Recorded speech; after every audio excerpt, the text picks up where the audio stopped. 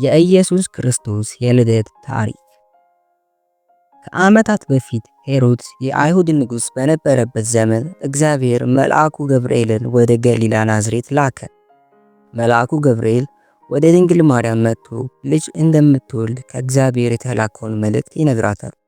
ልጁንም ኢየሱስ ብላ እንድትጠራው እንዲሁም የእግዚአብሔር ልጅ እንደሚሆንና እስራኤልን ለዘላለም እንደሚገዛ መልአኩ ገብርኤል ለማርያም ነገራት። ይህ መልእክት ለማርያም አስገራሚ ነበር፣ ነገር ግን የእግዚአብሔርን ቃል አክባሪ እና ታዛዥ ነበረች። ማርያምም ለዘላለም ነፍሴ እግዚአብሔርን ታከብራለች፣ በእግዚአብሔርም ደስ ይላታል አለች። ነገር ግን ይህም ብስራት ለእጮኛዋ ዮሴፍ እንዴት እንደምትነግረው ግራ ገብቷት ነበር። ማርያምም ለእጮኛዋ ዮሴፍ የእግዚአብሔር ልጅ ከእሷ እንደሚወለድ ነገረችው። ዮሴፍም ተገረመ፣ አላመናትምም ነበር። ዮሴፍ ግራ ተጋባ። ይህን ታሪክ እንዴት እውነት ሊሆን ይችላል ብሎም አሰበ። ማታ ዮሴፍ በመኝታ ሳለ በውስጡ ብዙ ሐሳብ አሰበ። ከዚያም እንደተኛ ዮሴፍ በህልሙ መልአኩ መጥቶ በማርያም ማህፀን ውስጥ ያለው ልጅ የእግዚአብሔር ልጅ እንደሆነ እንዲሁም ሕዝቡን ከኃጢአት ለማዳን እንደሚመጣ አረጋገጠለት። መልአኩም ማርያምን ሚስቱ አድርጎ እንዲወስዳት እና ሕፃኑንም ኢየሱስ ብሎ እንዲጠራው ነገረው። ዮሴፍም ከህልሙ ሲነቃ መልአኩ ያዘዘውን ሁሉ አደረገ። እግዚአብሔር የሚወለድበት ጊዜ ሲደርስ የሮማኑ ንጉሥ በከተማው የሕዝብ ቆጠራ እንዲደረግ ትእዛዝ ሰጥቶ ነበር። በዚህም ምክንያት ማርያምና ዮሴፍ ወደ ቤተልሔም መጓዝ ነበረባቸው።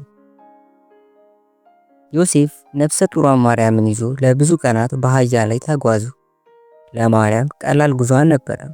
ብዙም ሳይቆዩ ወደ ቤተልሔም ደረሱ። የሚያርፉበትን ቦታ ፈለጉ፣ ነገር ግን ሁሉም ቦታዎች ሞልቶ ነበር። ምክንያቱም ብዙ ተጓዦች ለሕዝብ ቆጠራው ከከተማው መጥተው ነበር። በዚህም ምክንያት የሚቆዩበት ቦታ አልነበረም። ማርያምም በማንኛውም ጊዜ እንደምትደርስ ወይንም እንደምትወልድ አንድ የእንግዳ ማረፊያ ባለቤት ስላየ ለዮሴፍ በከብት ማደሪያ ወይንም ግርግም ውስጥ መቆየት እንደሚችሉ ነገራቸው።